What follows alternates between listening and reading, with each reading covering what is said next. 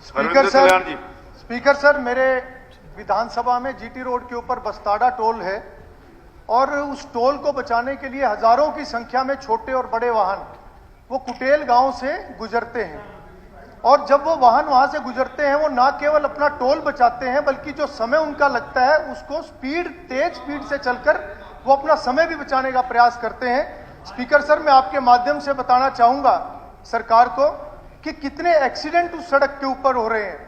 जो वहां गांव की फिरनी है, जो चौक है, वहां पर एक जाम लगा रहता है और तेज गति के कारण कितने नौजवान अब तक उनकी मृत्यु हो चुकी है।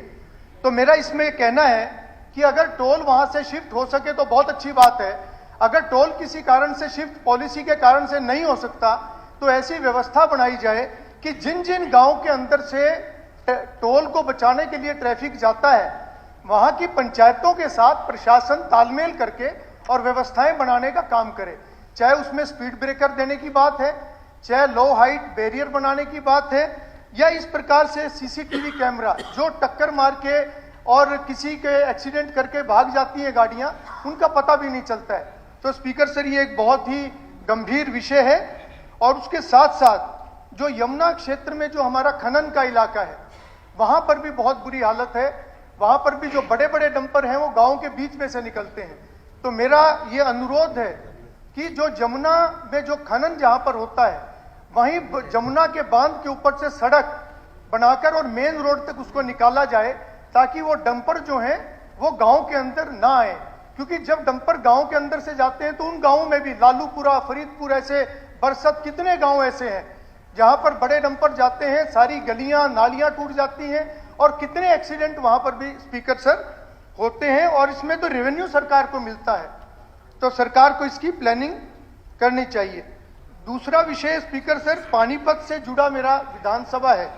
पानीपत एक टेक्सटाइल हब है और पिछले कुछ वर्षों से पानीपत की जो डाइंग इंडस्ट्री है, दूसरी इस प्रकार की इंडस्ट्री है, वो मेरे क्षेत्र के ग्रामीण अंचल में वो स्थापित हो रही है। और आज हालत ये है कि वहां पर एक प्रॉपर ट्रीटमेंट की व्यवस्था ना होने के कारण से केमिकल युक्त पानी जो है वो खेतों में बहाया जाता है, नालों में बहाया जाता है, बोर के माध्यम से जमीन में उतारा जाता है, जिसके कारण से आज स्किन और कैंसर की बहुत सारी समस्याएं उन गांवों में, चाहे वो बरसत है, पुंडरी है, अलीपुर खालसा, हरसिंहपुरा, फरीदपुर, जमालपुर, ऐसे सभी गांवों में ये समस्या है। तो मेरा आपके माध्यम से सरकार से अनुरोध है कि जिस प्रकार से यमुनानगर जगाधरी के अंदर व्यवस्था की गई है कॉमन एफ्लुएंट ट्रीटमेंट प्लांट की, तो ऐसा सीईटीपी उसको स्थापित करने का सरकार ऐसी योजना मेरे क्षेत्र में जहां बहुत बड़ी संख्या में इंडस्ट्री आ रही है उसका इंतजाम सरकार करे। और स्पीकर सर, मेरे क्षेत्र की जो यमुना बेल्ट है, यमुना बेल्ट मेरे क्षेत्र की बहुत ही एक पिछड़ी हुई बेल्ट थी। मुख्यमंत्री मनोहर लाल जी का कोटि कोटि आभार व्यक्त करता हूं कि आज वहां पर सभी सुविधाएं उन्होंने उपलब्ध करवाई हैं, मगर वहां पर आईटीआई और पीएचसी की डिमांड लोगों की है। मैं आपके माध्यम से माननीय मुख्यमंत्री जी से अनुरोध करना चाहूंगा कि जमीन उपलब्ध है, प्रस्ताव सरकार के पास आया हुआ है।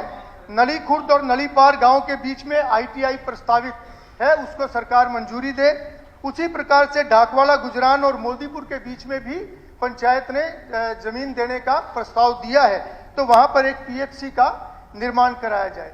इसके अतिरिक्त स्पीकर सर, मैं केवल इतनी बात कह के अपनी बात को समाप्त करूंगा कि नशे का जो आज जो फैलावट है वो बहुत ज्यादा हो रही है और युवा उसकी गिरफ्त में आ रहा है। ऐसा पिछले दिनों में देखा गया है कि यमुना बेल्ट से जो सटे हुए गांव हैं, जो यूपी से सटे हुए गांव हैं, वहां पर बहुत ज्यादा मात्रा में नशे का कारोबार हो रहा है। सरकार विशेष तौर पर उसके ऊपर फोकस करे। आपने मुझे समय दिया, आपका बहुत बहुत आभार। धन्यवाद।